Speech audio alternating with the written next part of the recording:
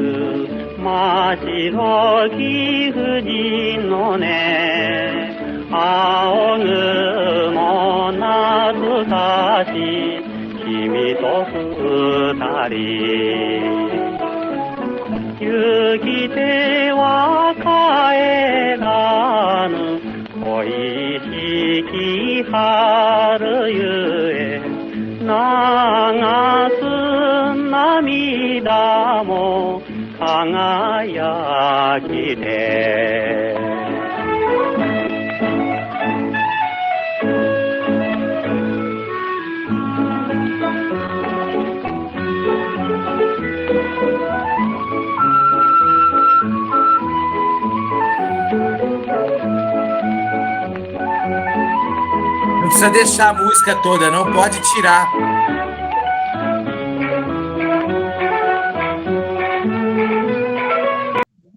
Aí. Porque a música é grande, você vai ficar a música toda, a gente fica com pouco tempo. Bom, alguém se arrisca a dizer aonde nós estamos aí, para onde nós vamos? Japão. Exatamente. A cultura japonesa. Que é uma coisa cultura, mais linda, né? Na verdade, a cultura oriental me fascina, sempre me fascinou. É um modo de vida completamente diferente do nosso, né? São tradições completamente diferentes das nossas. Me encanta e sempre me encantou muito desde a minha adolescência, né, a cultura oriental.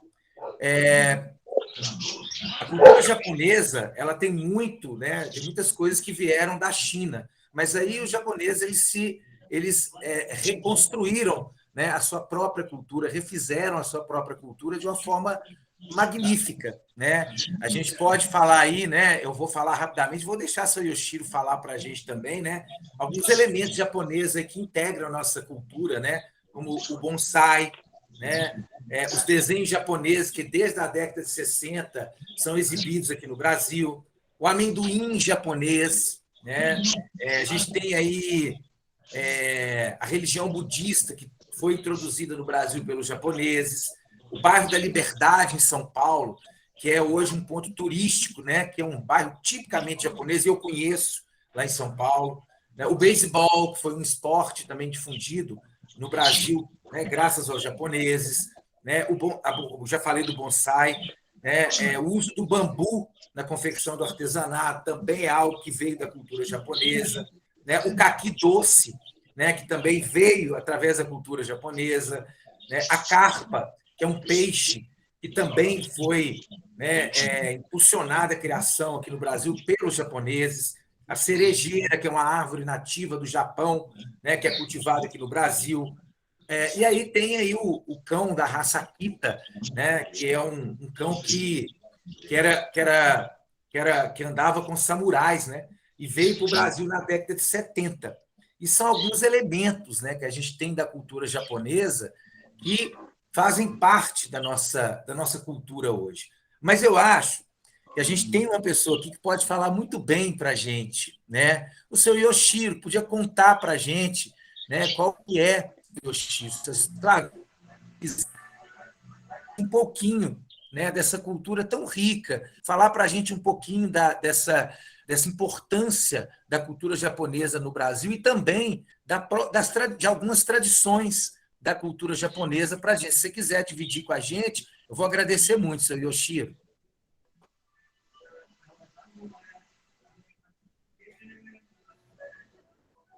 Alô? Oi, pode falar.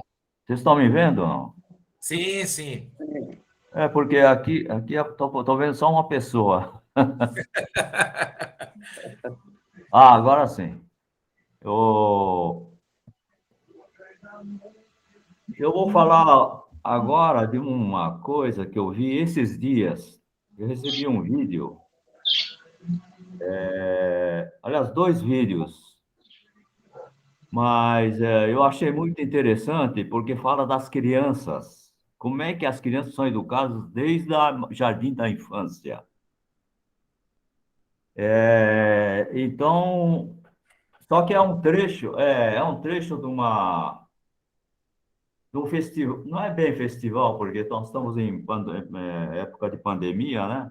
O consulado do Rio de Janeiro fez um tipo festivalzinho, porque é muito por causa da pandemia. Minas, Japão, sabia? Sabia que o doutor, esqueci o nome o cara que foi o presidente da ACESITA, ele é um brasileiro, ele é considerado o cônsul honorário do Japão em Minas. Porque o Minas e Japão o Minas é considerado irmã de uma cidade lá no Japão. E esse presidente brasileiro, presidente acho que era a CESITA, teve muito contato com o Japão, porque o Japão acho que mandava a tecnologia deles para a CESITA. Então, ele foi considerado cônsul honorário do Japão em Minas. E eu assistindo lá, né? Eu não entendo muito bem, mas se bem que foi tudo em português, né? Aí mostraram no Jardim da Infância do Japão o menino de 5, 6 anos de idade. Você imagina a idade, hein? 5, 6 anos. Não tem nem 7. Eles participam da plantação do arroz. Você sabe que o arroz é muito consumido lá, né? E os meninos de 5, 6 anos participam da plantação do arroz, da colheita, da cozinha. Eles fazem a comida. Lógico que vai como é que se diz? Uma pessoa especializada em comida, uma não, são várias, cozinheiros, para explicar como é que faz a comida, e eles fazem, colocam na bandeja e vão servir para os colegas. Você vê onde é que começa a educação. Outro dia, num outro teve uma palestra, agora eu não me lembro qual foi a palestra, e, e apareceu o assunto do machismo no Brasil. Aí eu falei, olha, deveria, deveria ter uma... Porque aí começou, né? Por que que existe o machismo? Porque desde criança, os pais não sabem ensinar. Separa menino de menina, menino tem que ter bola, menina tem que ter isso. Então, já logo de criança, nós pais não sabemos educar os filhos. Já começa ali.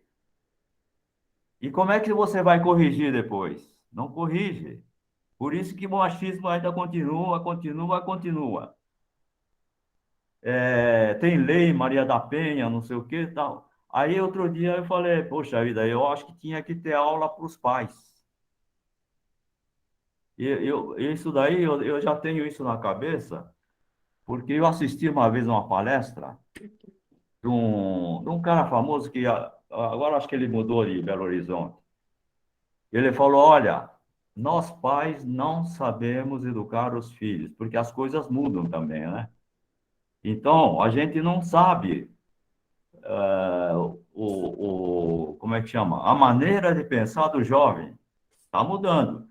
Nós fomos educados, aprendemos a maneira errada, de uma geração anterior.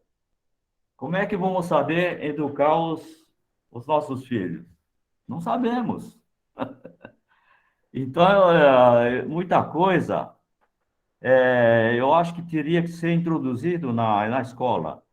Nós já tivemos aqui no Brasil moral e cívica, não sei se eu lembra. Não tem mais, né? Não tem mais. Uma pena, porque lá se ensinava moral. Todo mundo acha que, moral eu sei. Sabe nada. Eu sei talvez respeitar as leis. Respeitar as leis é uma coisa, agora a moral é outra. Meu irmão participa de uma associação que chama Moralogia. Não é religião, não. É ensinar a moral que eles chamam de moral suprema. Foi um japonês, já há muito tempo atrás, né? Ele estudou a vida de Cristo, de Buda e de mais 2 ou 3 pessoas famosas. E fez lá essa tal, fundou essa tal de moralogia. A moralogia agora é até uma universidade lá no Japão. Quando eu fui com meu irmão lá, nós ficamos alguns dias lá, hospedados lá. Tem um hotel dentro, tem uma universidade, tem desde o jardim da infância até a universidade. Agora tem um outro lado também. Os costumes com a globalização, o que está acontecendo? Os costumes estão começando a mudar. Então, eu sinto que daqui a alguns anos, a moral do japonês vai acabar. Porque vai ficar universal, né? Igual todo mundo. Você sabe o que... Eu assisti alguns filmes aí na internet sobre o Japão. Eu estava tentando entender, mas o meu vocabulário não dá para entender o japonês. Mas a gente vê pelo filme o que é, mais ou menos dá para ter uma ideia. Você sabe o que eu vi num desses filmes? A filha, né? É adolescente. No café da manhã lá, não sei se você sabe, é uma refeição. Tem arroz, tem sopa, tem peixe, o que mais pode ter? Tem umas conservas de nabo, não sei o que, não sei o que. Então é uma refeição de manhã. Sabe o que a menina falou? Puxa, não tem pão hoje. Que eles não comiam pão. Agora estão comendo pão e querem pão. Carne vermelha, eles quase não comiam. Porque é caríssimo lá. Porque é tudo importado. Tudo não, mas quase tudo importado. E estão começando a comer carne também, carne vermelha, pão, e todas as porcariadas aí de biscoitinho, não sei o quê, que antigamente eram... Porque o doce deles tem pouco açúcar. Agora, não sei se eles estão pondo mais açúcar, mas os costumes estão mudando. As mulheres lá não querem mais casar, pelo menos casar cedo. Elas querem fazer a vida delas, trabalhar, não sei o quê. Mas nesse trabalhar e não sei o quê, vai ficando velha, né? E agora, uma outra coisa que estou lembrando de criança, é bom a gente ver as crianças, porque tudo começa lá, né? Na criança. A gente tem que formar as crianças logo cedo. Eles respeitam demais a educação lá na rua, é muito respeitada. Estão me lembrando agora de uma outra coisa. O cara não pode fumar na rua. Tem fumódromos. Então, tem que ir lá no fumódromo. Os japoneses fumam demais. Fumam e bebida também, tomam muito. E... a criança, quando atravessa, eles ficam esperando na faixa e abrir o sinal verde, né? Ok, vem os carros param, eles atravessam na faixa e depois eles cumprimentam o carro ou o dono do carro. Quer dizer, estranho, né? E então tem coisa desse tipo aí que para mim é estranho, né? Outra coisa, agora uma experiência pessoal. Bom dia, gente. Atrasei. Tá chegando Bom agora, é dia. a Jane. Bom dia. E eu trabalhava numa firma canadense aqui no Brasil, em Ouro Preto. Aí do Japão veio um técnico para trabalhar um pouco aqui, ficar uns 2 anos, porque essa companhia, apesar de ser canadense, tinha fábrica no Brasil, tinha fábrica no Japão também. E esse japonês, ele ganhou um carro da firma para andar aqui no Brasil. Um dia ele bebeu e deu uma trombada, sabe? Aí ele deu uma trombada, mas estava bêbado e não tinha noção do que estava acontecendo. Aí nós tivemos que levá-lo no dentista, porque bateu o dente, né? Ele lá tá lá, né? Aí o dentista mexeu. No dia seguinte, ele acordou e falou para a mulher: escuta, estou sentindo um negócio aqui. A mulher deu uma maior bronca nele. Mas você não tem vergonha? Você bêbado, deu uma trombada aqui. Isso é uma vergonha. Muito bem. Aí eles foram embora, essa família. E eu fui comer. Aliás, não, essa foi outra viagem. Isso eu fui a serviço da firma, lá na fábrica onde ele trabalhava. Aí à noite ele me convidou para ir jantar na casa dele.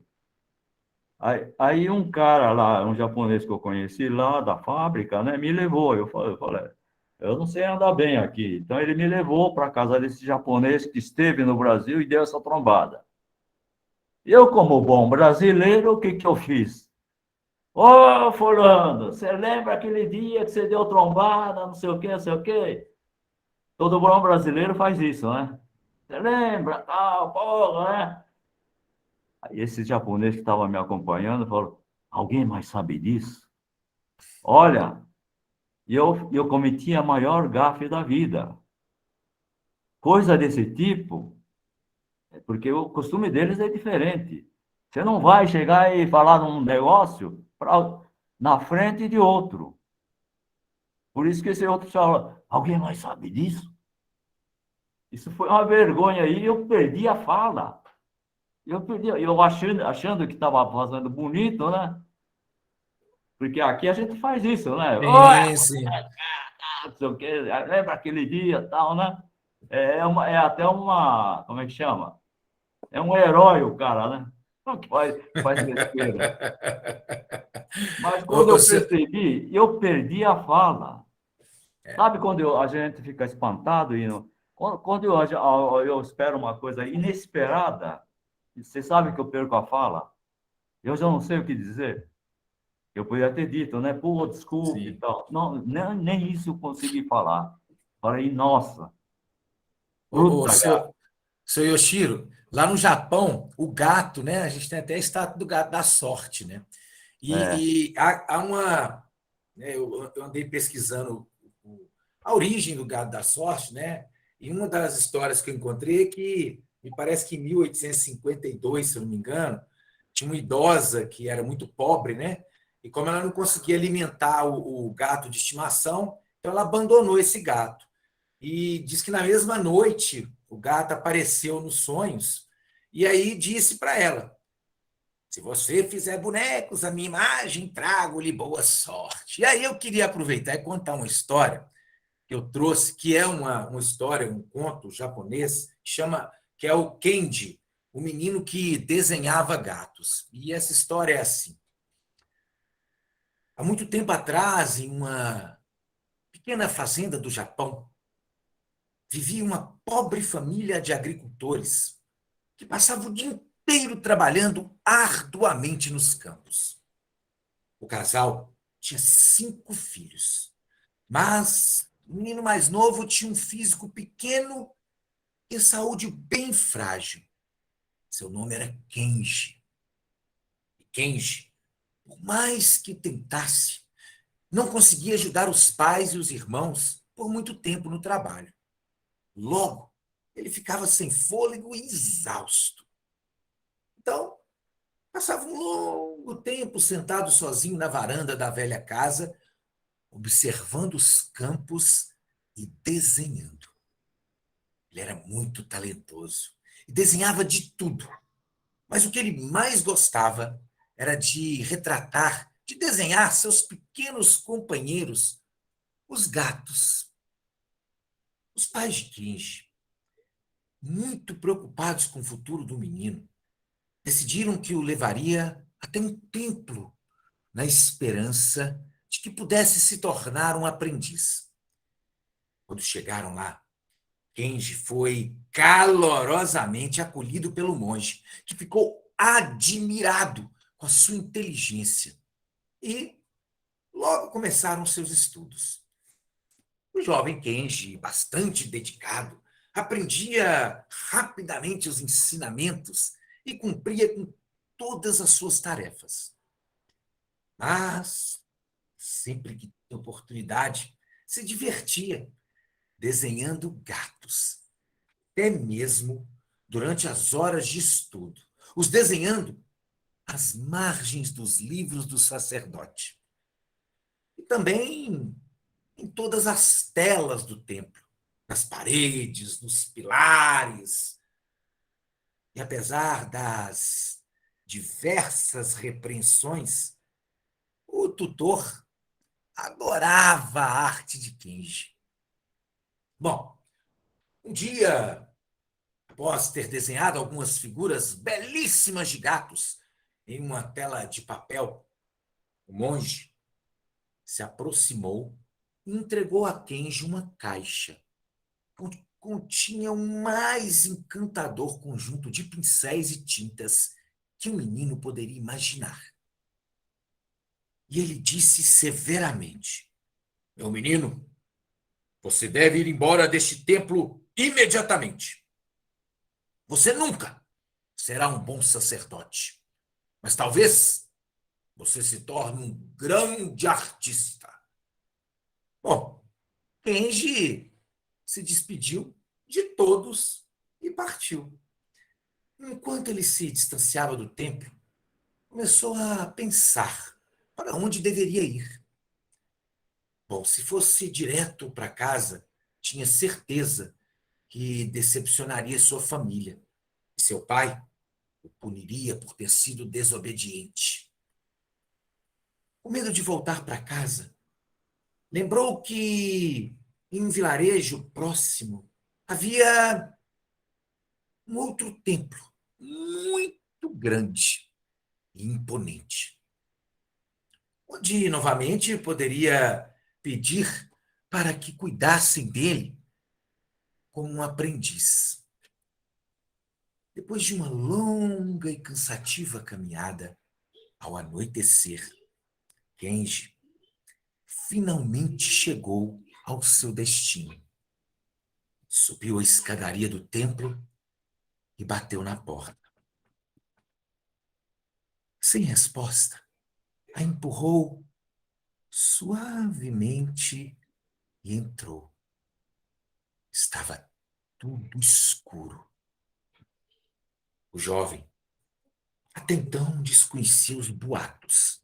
Ninguém do vilarejo ousava se aproximar desse templo que há muito tempo havia sido tomado por um terrível goblin em forma de rato.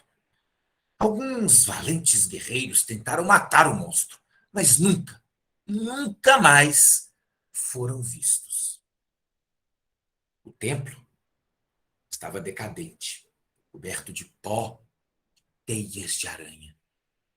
Como já estava escuro, tudo que Kenji podia fazer era esperar que os sacerdotes retornassem. Então, ele entrou em um salão, onde viu uma pequena vela acesa e ficou fascinado com a quantidade de painéis vazios de papel de arroz na grande sala. Kenji pensou: vou decorar essas telas enquanto espero pelos sacerdotes. Assim, verão que sou honrado e me aceitarão.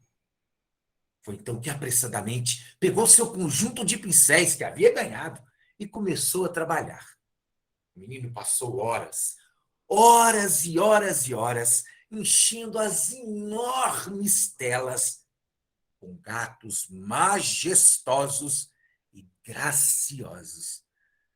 O último gato que Kenji pintou preencheu quase a tela inteira.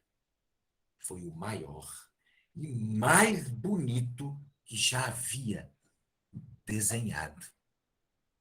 Kenji pintou um enorme número de gatos sobre as telas. Começou a se sentir bastante sonolento. Estava a ponto de deitar-se para dormir ao lado de uma das telas, quando percebeu como era pequeno em relação ao lugar e ficou inquieto. Sentiu pela primeira vez um pouco de medo. Resolveu procurar um pequeno lugar para dormir. Foi então que encontrou um velho armário. Entrou e fechou-se. Se deitou e caiu profundamente adormecido. No meio da madrugada, Kenji acordou assustado por um terrível, um amedrontador ruído, gritos e rosnados. Ele estava congelado de medo e não ousava olhar para fora. O templo tremia com os pavorosos berros. Depois de muito pavor, tudo ficou em absoluto silêncio. Mas Kenji, ainda com medo, não se moveu até que a luz do sol da manhã brilhasse através das fendas da pequena porta do armário. Ele então saiu de seu esconderijo, cautelosamente, e olhou em volta. Todo o chão do templo estava coberto de sangue e deitado no meio da sala jazia um rato gigantesco e monstruoso. Mas quem? Ou o que poderia tê-lo matado? Não havia nenhum homem ou outra criatura por perto. E Kenji estava sozinho. O menino, estupefato, olhou em direção às suas telas e observou que as bocas de todos os gatos que ele havia desenhado na noite anterior estavam vermelhas, manchadas de sangue, posicionados como se tivessem saltado da tela, e do lado do maior de todos os gatos estava a espada do rato Goblin. Seus gatos, misteriosamente, ganharam vida. Tinham saído das telas durante a madrugada e derrotado o rato sobrenatural. Os aldeões logo descobriram e foram tão gratos que o convidaram para ficar e trabalhar no templo recém-reaberto. E Kenji tornou-se um artista muito, muito famoso no Japão, especializado em desenhos de gatos. Suas pinturas eram desejadas por todos, por acreditarem serem mágicas. Este é um conto japonês, né, como eu disse anteriormente, que tem um título de Kenji, o menino que desenhava gatos. E os gatos, né, como eu disse anteriormente, eles são muito... tem até um gato da sorte lá no Japão, né, que até quando todo turista que vai para lá traz um gato da sorte. É vendido também lá no bairro Liberdade, lá em São Paulo, né, em algumas lojas, o gato da sorte, né? E essa história retrata muito bem aí, né, essa questão desse gato. E eu queria aproveitar e já trazer uma outra lenda. E essa é uma lenda japonesa que diz assim: certo dia, um velho servo feudal foi às montanhas para cortar lenha. Era meio-dia. O velho servo estava com fome e começou a comer os omosubi que ele havia carregado no bornal. De repente, um dos omosubi caiu do bornal e rolou ladeira abaixo e acabou entrando no buraco que existia na raiz de uma das árvores. Omosubi korori sutonton. Envio no mais omosubi. Eram vozes que, surpreendentemente, o velho servo ouviu do interior do buraco. Estranho, pensou o velhinho. Muito estranho. Ele, então, decidiu dar uma olhada no buraco. Mas como o buraco estava completamente escuro, não pôde ver coisa alguma. Novamente, ele pensou como tudo aquilo era estranho. O velhinho resolveu, então, deixar mais um omosubi cair no buraco para ver se aquela música viria de dentro novamente. Assustado, ouviu a mesma música.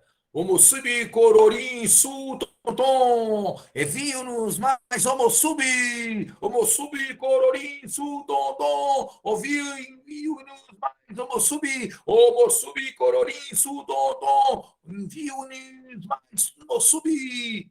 O velhinho riu até cair e disse: engraçado, é engraçado! E pela terceira vez jogou mais um omosubi no buraco. E omosubi cororim sultonton, envio-nos mais omosubi cororim sultonton, envio-nos mais um omosubi. Engraçado! Engraçado! Ele dizia e morria de rir, pulando de alegria, como uma criança. Então, ele pensou consigo mesmo: se eu pular no buraco, será que eles cantarão? Logo em seguida, o velhinho rolava para dentro do buraco. Hoje em São Cororim, Tonton, envio-nos mais velhinhos. Hoje em São Cororim, Tonton, envio-nos mais velhinhos. Deus do céu, nem acreditava no que via. O interior do buraco era um palácio. E o teto e paredes brilhavam magnificamente. O velhinho estava atônito. Seus olhos estavam esbugalhados e olhava para todos os lados. E para completar sua surpresa, havia coelhos, muitos coelhos dentro do buraco. Vovô, seja bem-vindo em casa! Cumprimentava o velho servo todos os coelhos do buraco.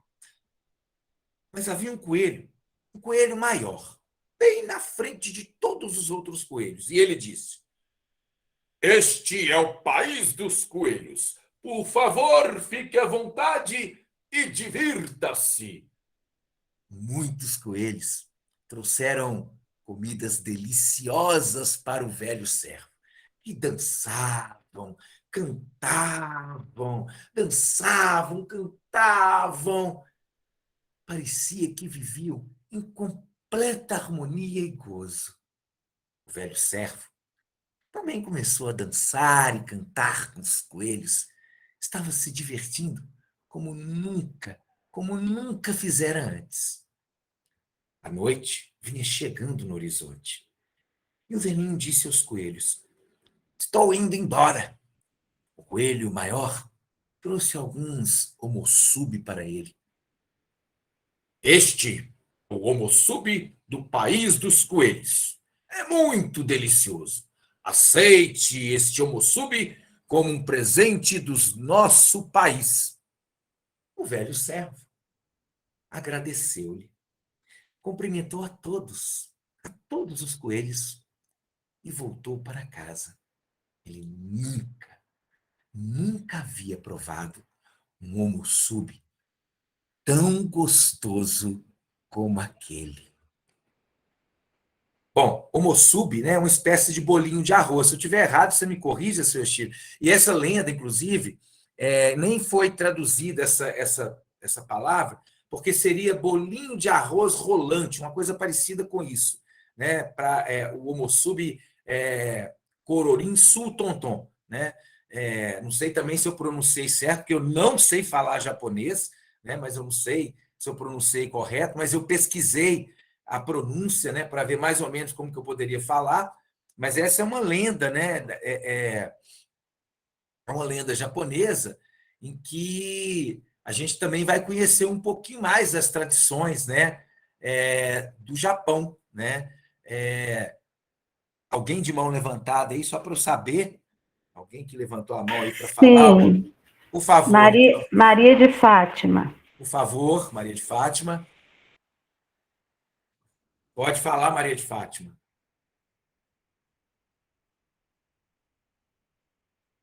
Maria de Fátima? Tem que ligar seu microfone aí. Mais alguém de mão levantada aí que queira falar? Por enquanto, só Maria de Fátima, mas se alguém quiser se habilitar para falar, né, Paulo? Pode falar. A Luzia. Luzia. Liga o microfone, Luzia, por gentileza.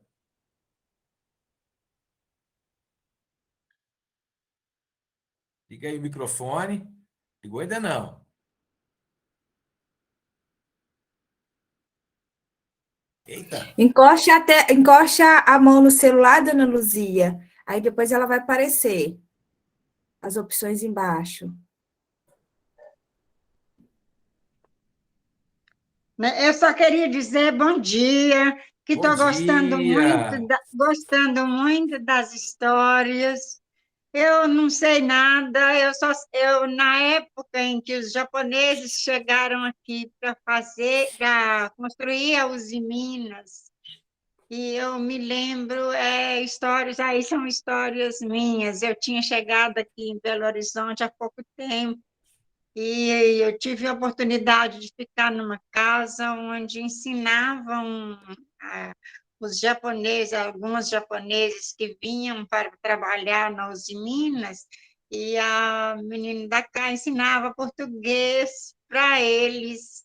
Então, foi onde eu vi o primeiro radinho de pilha japonês, que eles trouxeram pequenininho assim, um radinho.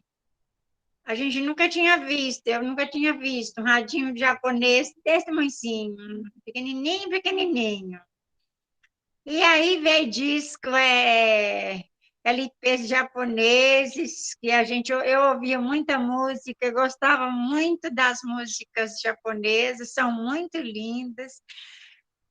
Aprendi o nome de umas pessoas, eu vi a sombrinha, pessoalmente, a sombrinha japonesa, os kimonos, de pertinho. Então, ele falou aí, foi na época que montou os de Minas.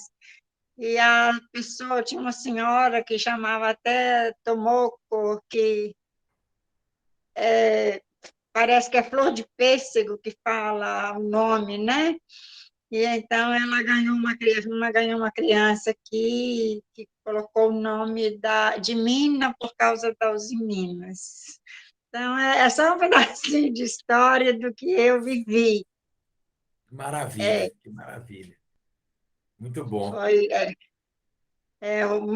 eu convivi com um japonês, não era japonês, ele era Nisei, né? Filho de Uhum. japonês. Os pais dele moravam em São Paulo, mas ele estudou aqui para medicina, formou, inclusive me fez uma cirurgia na mão. Que maravilha. Só isso, mas estou gostando muito das histórias. Muito obrigada a vocês, que todos que estão assistindo aí, bom dia. Imagina, eu que agradeço, nós que agradecemos. Alguém mais aí quer falar antes de eu passar para a próxima lenda aqui que eu trouxe? Maria de Fátima conseguiu, não sei se ela não está conseguindo ligar o microfone, ela está com a mãozinha levantada, mas vamos seguir, né, Paulo? Então Se vamos ela... lá. Eu trouxe uma outra lenda também, japonesa, né, que conta assim. Essa história é bem antiga.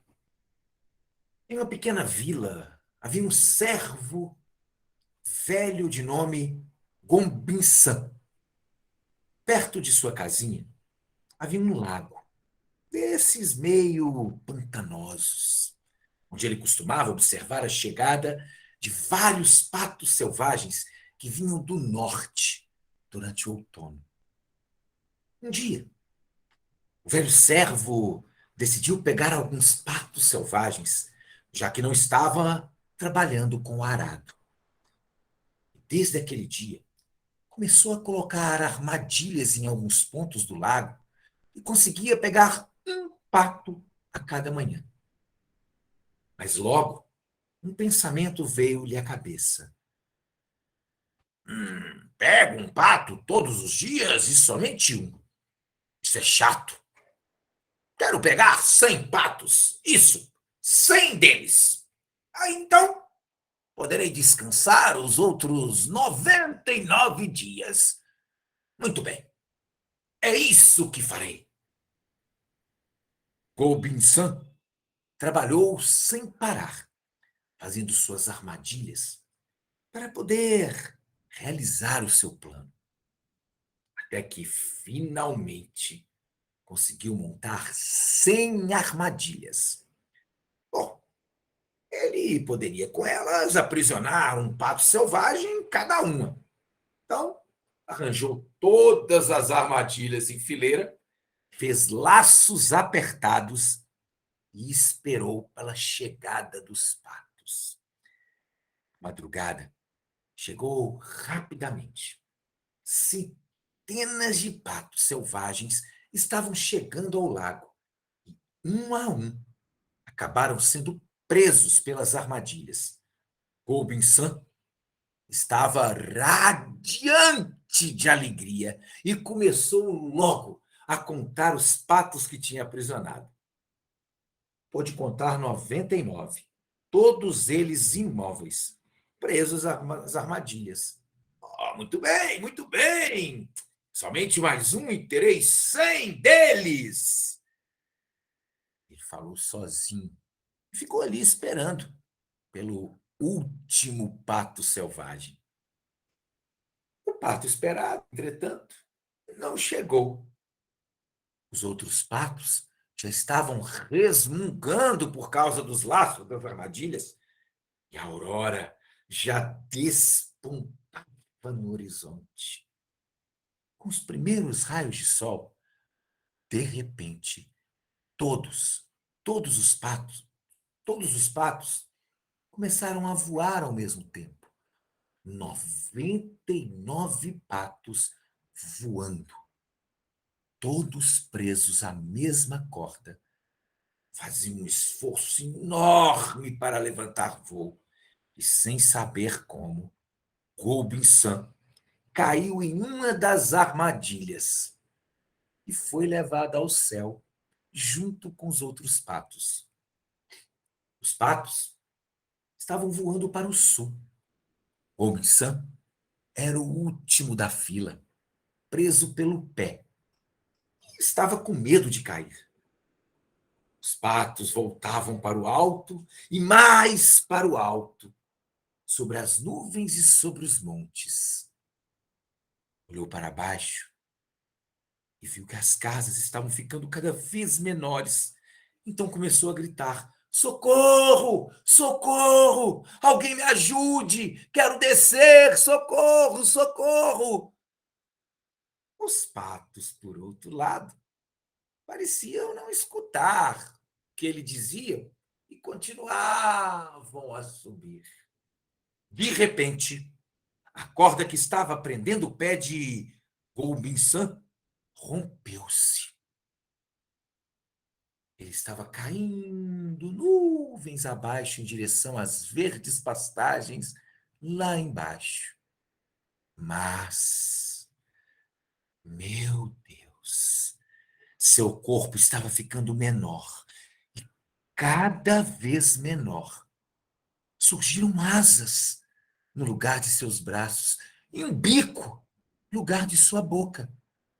Golbinsan havia se tornado um pato selvagem. Agora, ele podia voar com os outros. E foi o que ele fez. Ele estava mais do que surpreso com a tal mudança. Depois de voar algum tempo, sentiu fome e teve vontade de descer para comer algo. Como os outros patos, Robinson procurava um lugar para pousar e para procurar comida.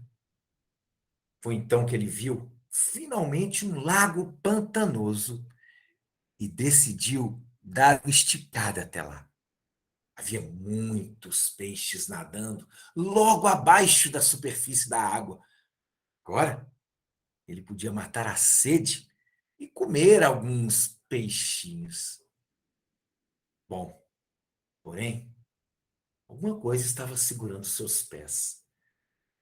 Foi quando ele voltou-se rapidamente para baixo e viu que estava preso em uma armadilha. E a armadilha era semelhante àquelas que ele havia feito antes. Ele não podia mover as pernas. Estava preso. Uma tristeza profunda invadiu sua alma e ele pensou: fui muito mal quando fiz aquilo com os patos selvagens. Agora eu entendo como fui mal com eles. E lágrimas começaram a escorrer pela face até o bico. Algumas lágrimas desceram até a corda, que estava prendendo seu pé, molhando-a. Curiosamente, a corda se soltou.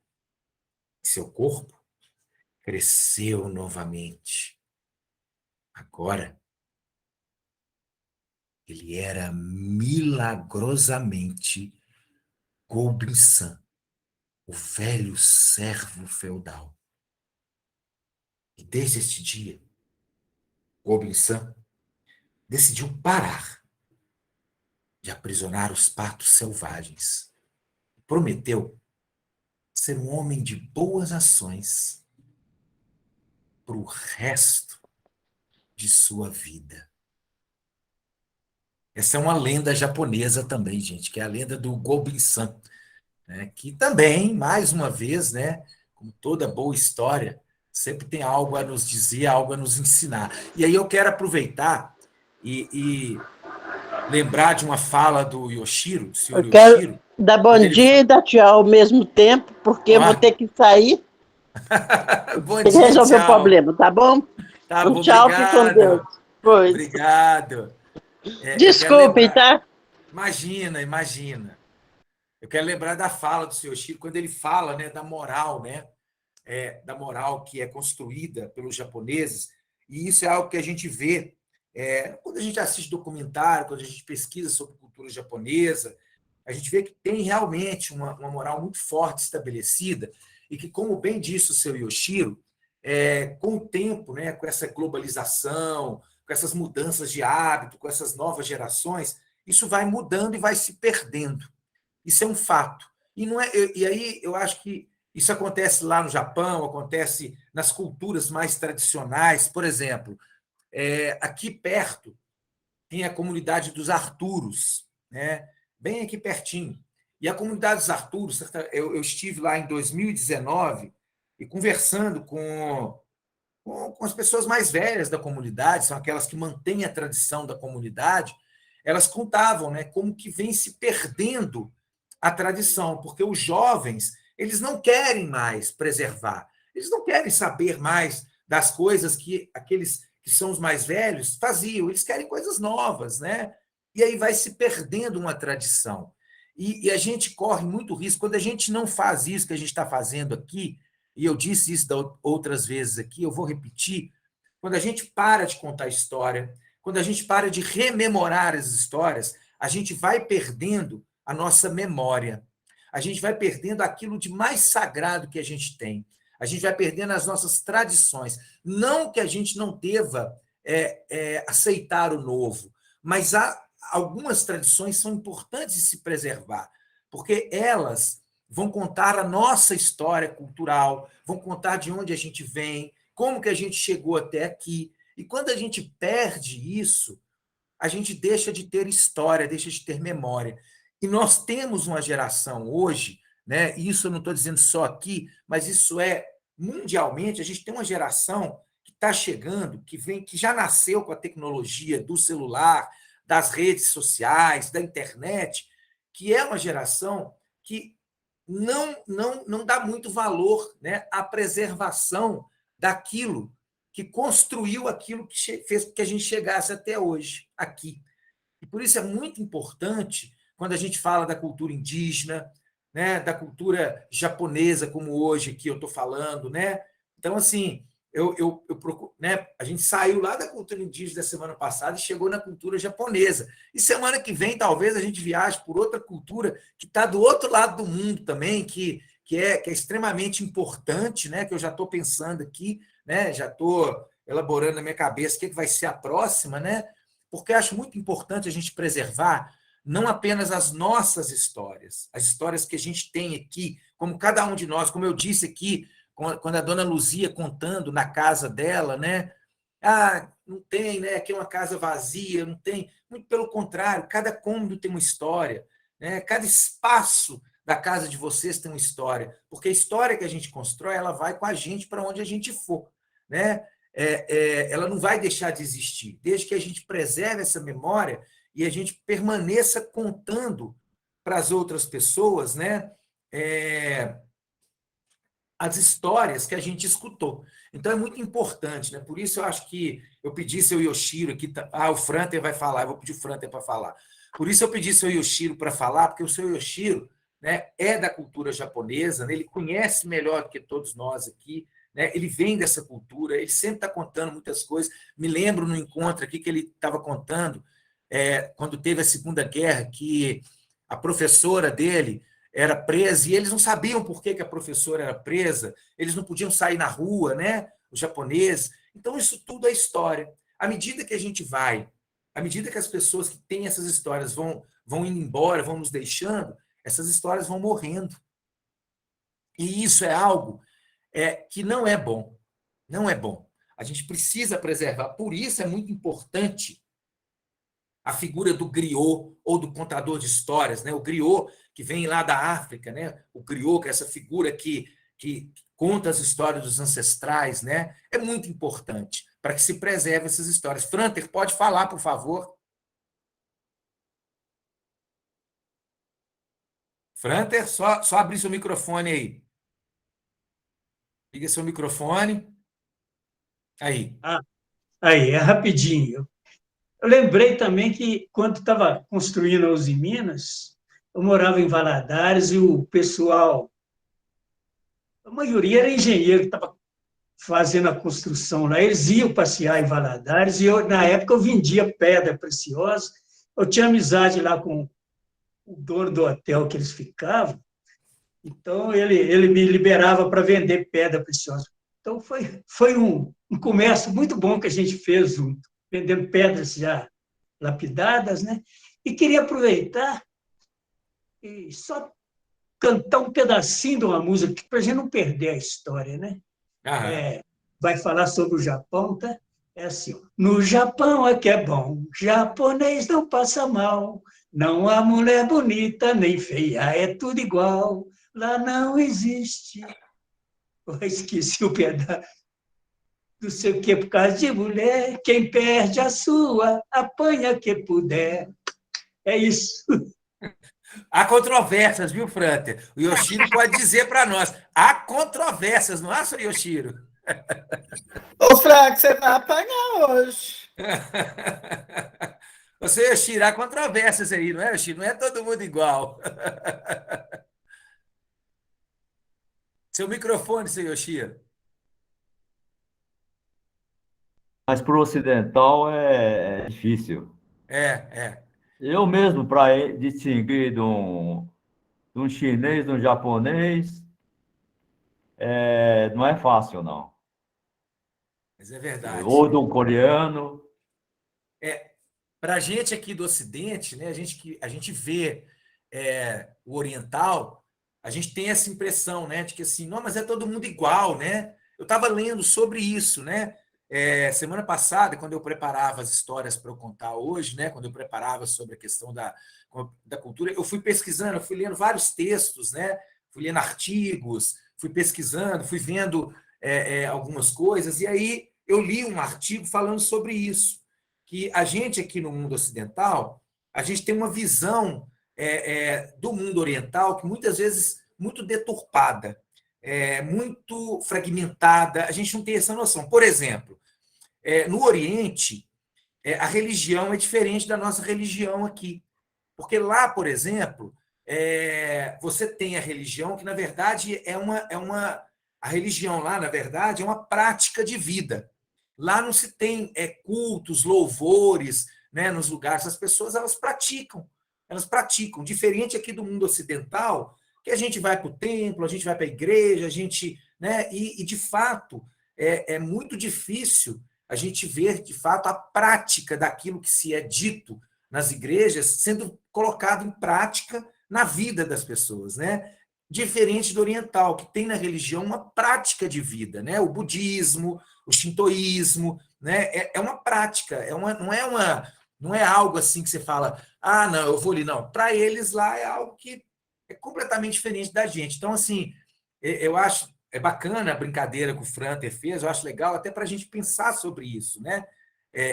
Porque a nossa cultura ocidental, a gente tem uma cultura ocidental também que vem toda centrada da Europa, né? A gente é muito eurocêntrico, tudo o nosso padrão é todo um padrão europeu, né? Então, diferente dos orientais, que não tem esse padrão europeu. Vem muito e lá tudo é muito milenar, né? Lá é tudo milenar. Lá é algo que assim ultrapassa o que a gente pode pensar, vem de milênios e milênios e milênios de tradições. Por isso, eu acho muito importante a gente sempre, quando a gente vai olhar para uma outra cultura que não a nossa, né, a gente ter o cuidado de pensar, poxa, será que eu estou olhando de uma forma, com um olhar com preconceito? Será que eu estou olhando com um olhar deturpado? Como que é isso, né? Então, por isso, eu acho importante a gente sempre resgatar as histórias, porque as histórias nos ensinam, né? 3 histórias aqui, né? A do Kenji, né? A do Gobin-san, né? A do Omosubi, né? Do Bolinho, né? Do Omosubi, que são histórias que ensinam muito para a gente. Eu vou deixar o Franta e a Luzia falar para a gente também encerrar, que já passou do nosso horário. Por favor, Franta e Luzia. Só ligar o microfone. Franta, liga o microfone aí. Eu só tinha esquecido de abaixar a mão, mas eu já falei. Ah, tá legal. Desculpa aí. Eu só Não queria, tem problema. Fala, eu só Luzia. queria repetir. Obrigado, seu Yoshiro, também. Obrigada a vocês todos. Obrigado, seu Yoshiro. Que Deus abençoe. Ele é realmente uma história, uma cultura japonesa. E contar que eu tenho até uma porção de coisas para contar, que eu estava na Aparecida do Norte, no centenário da imigração japonesa, e eu assisti a missa lá na Aparecida, o dia que os japoneses estavam lá, e eles levaram até um barco, entraram na igreja da Aparecida do Norte, com um barco que chegou, que veio do... não foi o mesmo barco, quer dizer, uma imitação, né, do barco que veio do Japão. Obrigado. Maravilha. Bom dia para Obrigado. vocês. Gente, eu quero agradecer. Hoje foi o dia que eu acho que eu vi mais pessoas aqui, né? Ficamos aqui com quase 34 pessoas aqui, chegamos a ter 34 pessoas aqui hoje. Muito feliz, muito obrigado. Antes de deixar o Franta falar e o seu Yoshiro, mas eu queria, antes deles falar, terminar aqui a minha fala, só lembrando do Danny Black, com o Milton Nascimento, que a gente seja maior do que era antes e que a gente esteja melhor do que era ontem. Porque nós somos filhos do mistério do silêncio. E só o tempo é que vai nos revelar quem nós somos. Então, que a gente siga caminhando aí. Muitíssimo obrigado por mais uma manhã. Terça-feira que vem estamos aqui de novo, juntos e juntas, né, para mais histórias, para mais cultura, para mais compartilhamento. Muitíssimo obrigado. A fala é de vocês aí. Eu só queria lembrar uma coisinha. Lá no Japão, você sabe que quando o imperador aparece, todo mundo abaixa a cabeça, né? O único que não precisa abaixar a cabeça é o professor. O professor é considerado uma figura assim muito importante, mais importante que o próprio imperador, porque ele ensina as coisas. É um detalhezinho, a gente vai lembrando depois, é muita coisa, né? Obrigado, hein? Obrigado, seu Yoshiro. Obrigada. Bom dia para vocês. Gostei muito. Que bom. Eu queria só essas histórias me lembraram de 2 espaços, né? Que a gente tem aqui em Belo Horizonte, que a gente tem um jardim, né, japonês muito bonito dentro do jardim zoológico. Fica na entrada ali, perto da orla da Pampulha, né? Mas não está na orla mais, mas na Otacílio Negrão, logo na entrada, tem um jardim japonês, é maravilhoso, assim, é um espaço aberto, está dentro de um parque, né? E dentro do Parque Ecológico da Pampulha também. Tem um espaço, ele já fica mais no fundinho lá, que foi também comemorativo dos 100 anos da imigração. Então, lá tem várias fotos. E tem um espaço maravilhoso, assim, quem ainda não conhece, depois dá para se organizar, os parques já estão voltando a abrir, né? Com segurança. É um espaço maravilhoso, que você fica ali, tem toda aquela... Ele é construído em metal, então ele dá um som, uma vibração bem legal, assim, vale a pena conhecer um pouquinho. Toda vez que eu entro lá, parece que eu estou em outro lugar, parece que tem quase um portal, assim. Então, são 2 espaços públicos, né, dentro dos parques de Belo Horizonte, que trazem um pouco dessa cultura também para perto da gente, e é uma forma da gente também se aproximar, né, e usufruir do que a gente tem na cidade, dessa junção aí, desse diálogo que o senhor Yoshiro falou, de Minas, né, com o Japão. E agradecer. Foi Obrigado. lindo. Obrigado, gente. Obrigado.